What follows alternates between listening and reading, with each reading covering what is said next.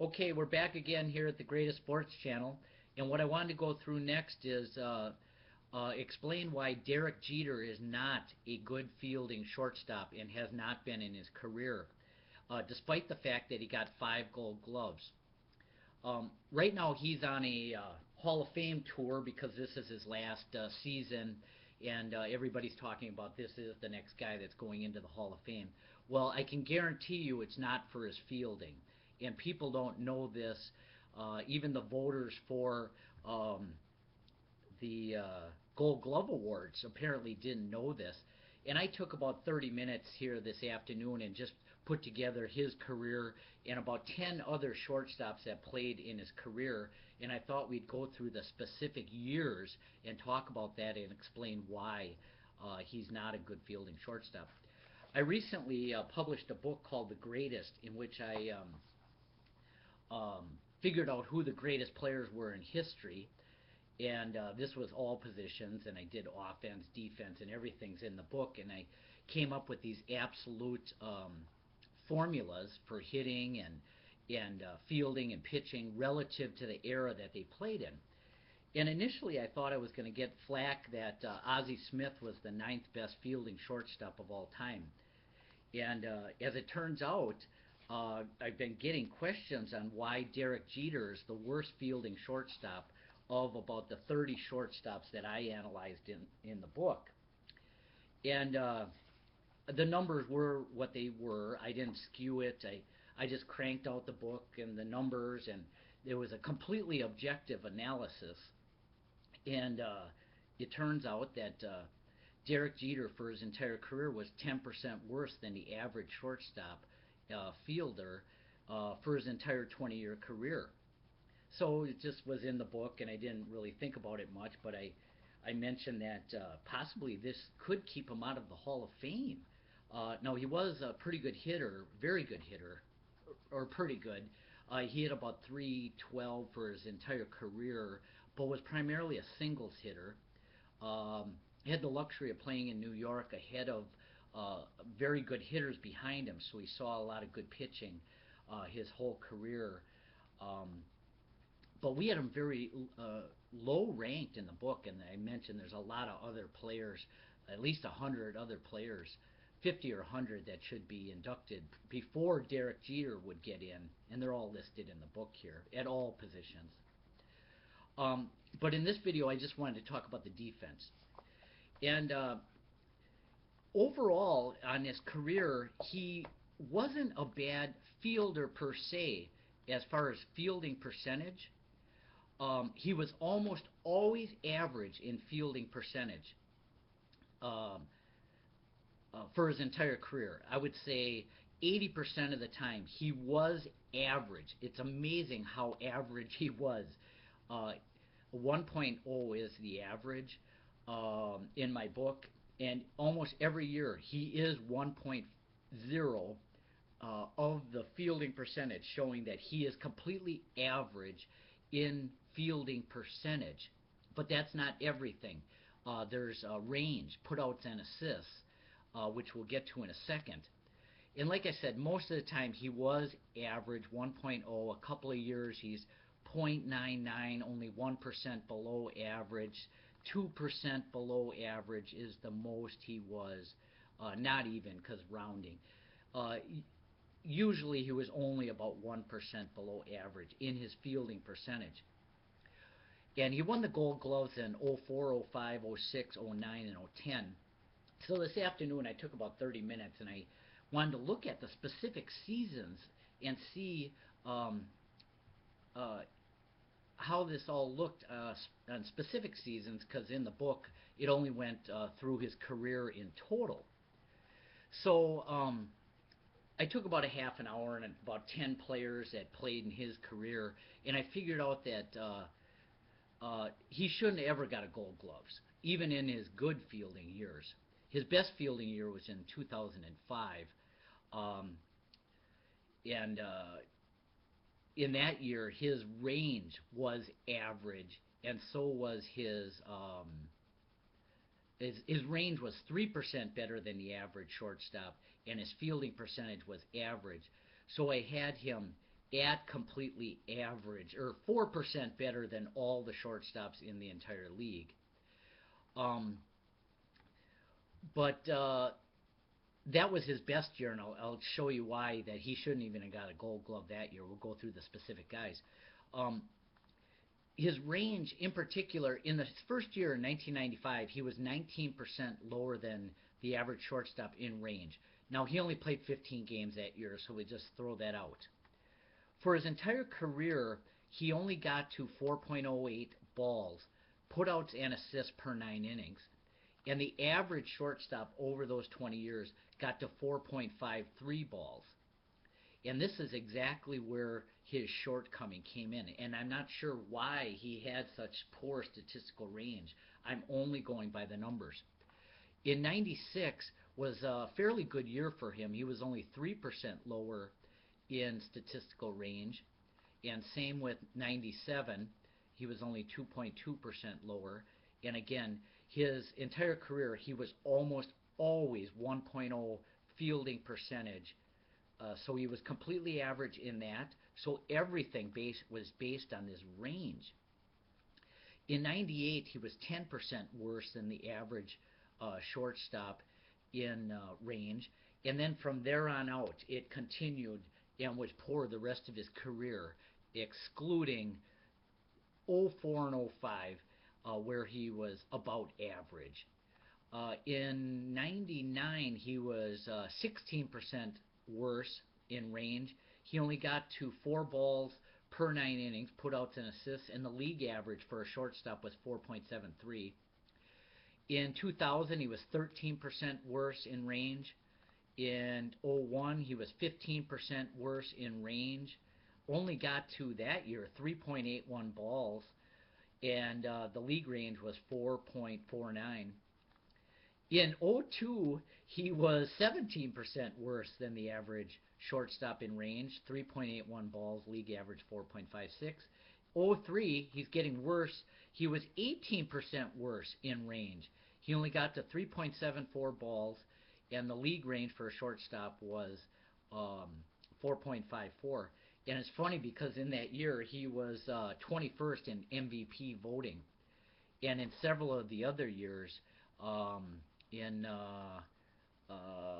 98 he was third in MVP voting, 99 sixth, and then the next 2 years 10th. So he was always considered one of the best players in the league. As a matter of fact, ESPN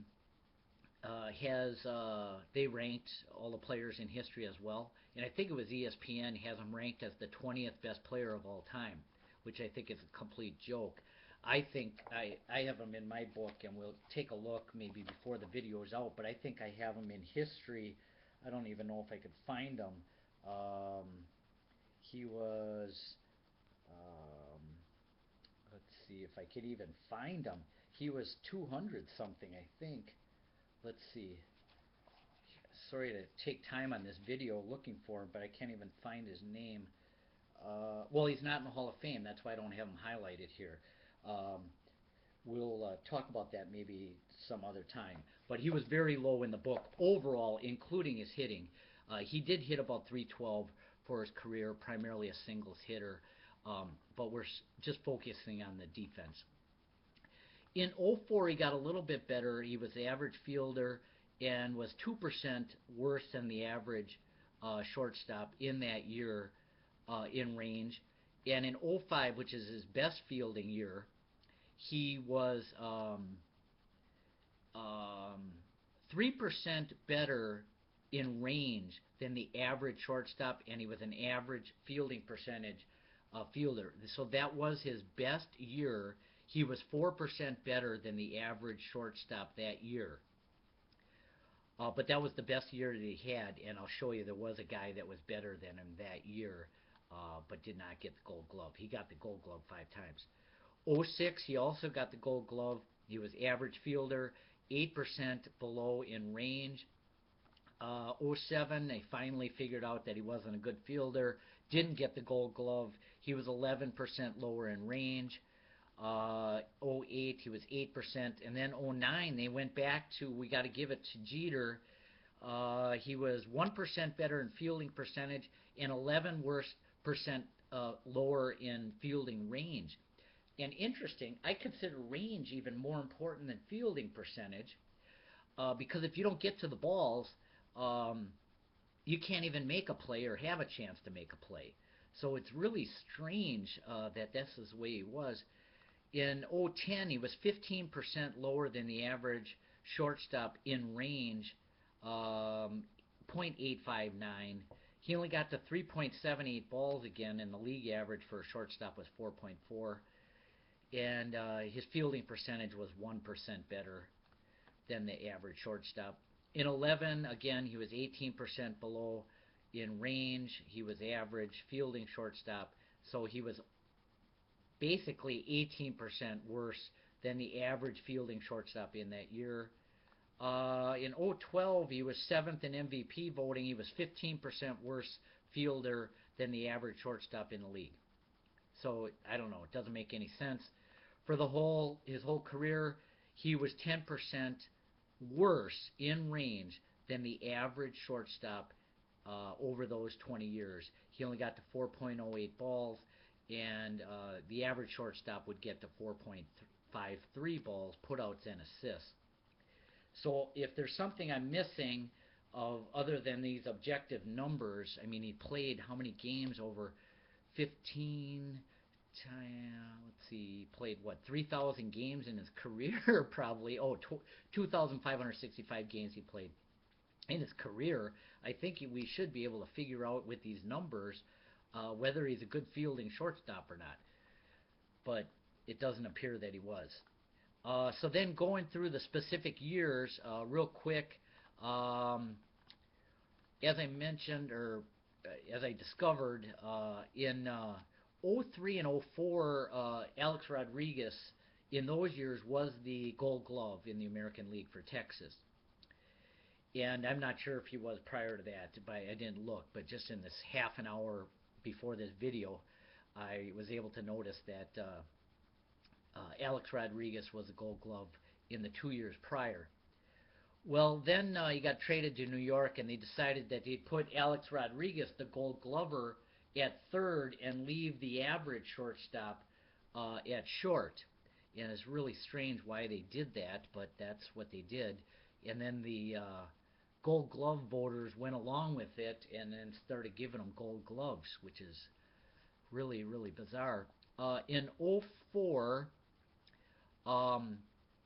Miguel Tejada was 9% better statistically using the formula that I use, better than all shortstops in the league. And Jeter was 2% worse than the average shortstop, fielding shortstop, and again, mostly because of his range. And they gave the Gold Glove to Derek Jeter. In 05 was his best year.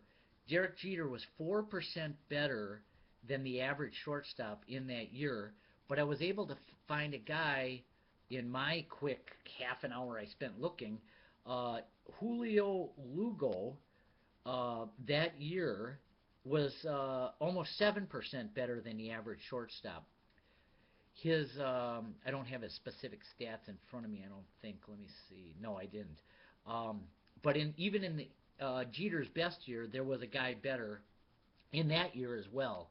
A guy I never heard of, but was statistically better, and probably the Gold Glove award winners never heard of that guy either, and gave it to Jeter. 06, Jeter, let's see, down here, yeah, he was 8% worse than the average fielding shortstop that year. Again, average in his fielding percentage, but 8% below shortstops in his range. And I was able to find several guys better. Orlando Cabrera, Miguel Tejada again. Michael Young was 9% better. And also Johnny Peralta that year in the American League. And also Eric Ibar was 23% better than all the shortstops in the league that year defensively.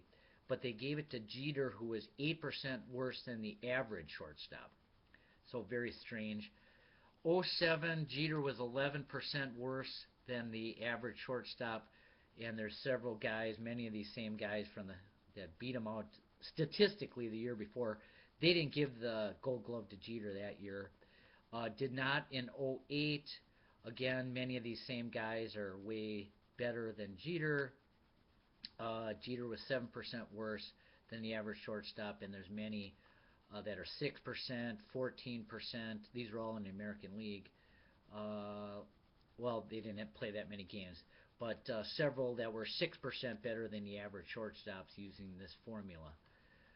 '09, again, Jeter was 10% worse than the average shortstop, and again, Ibar was 9% better. Omar Vizquel was 11% better. Peralta, well, he didn't play that many games, and neither Vizquel. Um, Tejada did play 158 games. He was 3% better than the average shortstop. Again, they gave it to Jeter, who was 10% worse than the average shortstop. And that is a year that they gave Jeter the Gold Glove. So that's really strange and uh, makes no sense at all. Other than Jeter's in New York, clean cut, good looking guy, and and people want him to get the Gold Glove. '10, he got the Gold Glove. He was 13% worse than the average fielding shortstop, and it looks like there's about 10 guys above him statistically. Many didn't play that many games, but Alexia Ramirez, in particular, for the White Sox, was 11% better than the average shortstop that year and played 156 games. So there's a guy for sure that could have beat him out. But they gave it to a guy that was 13% worse, the average guy. And then 11 and 12 in the whole career is all the same. So that's why Derek Jeter is not a good fielding shortstop, and there's no way they're going to hold this against him and keep him out of the Hall of Fame, given that he hit .312 and he got the 5 Gold Gloves. They're not going to take the time, I don't think, to really dig into it and figure out if Derek Jeter was a good fielder or not. But in my book, see if I can find the defensive shortstops that I went through, and there's only about 30 that I went through in the book. Troy Tulowitzki was the best fielding shortstop of all the shortstops that I looked at, and these are all guys better than Jeter. Hugh Jennings, Cal Ripken, they're in the Hall of Fame. Ray Sanchez, he played short and second. Tony Fernandez, Mark Belanger, Rick Burleson, Gene Alley, Ozzie Smith, as I said, with the 13 Gold Gloves, was our ninth best fielding shortstop. Tim Foley, Roy McMillan, George Davis, John Ward, David Bancroft, Joe Tinker. I know I'm probably boring you with this, but it's so amazing that these guys are all better, and half of them aren't in the Hall of Fame. Roderick Wallace, Rabbit Marinville, Joe Sewell, Robin Yount, who went in the Hall of Fame as a shortstop.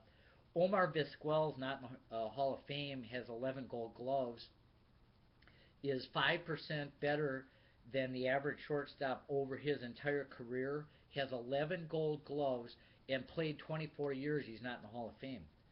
Louis Aparicio, Luke Appling, Ray Ordonez, Honus Wagner, Barry Larkin, Don Kessinger. Almost done here with the video. Orlando Cabrera, Travis Jackson, J.J. Hardy, Chris Spire, Alan Trammell, Ernie Banks, Alex Rodriguez, who only played there a few years, Dave Concepcion, Joe Cronin, Maury Wills, Zoilo Gonzalez, Archie Vaughn, Larry Boa, Lou Boudreau, Pee Reese, Edgar Renteria, Jimmy Rollins, Phil Rizzuto, and then Derek Jeter I have last as fielding shortstops. So there it is in a nutshell why Derek Jeter is not a good fielding shortstop.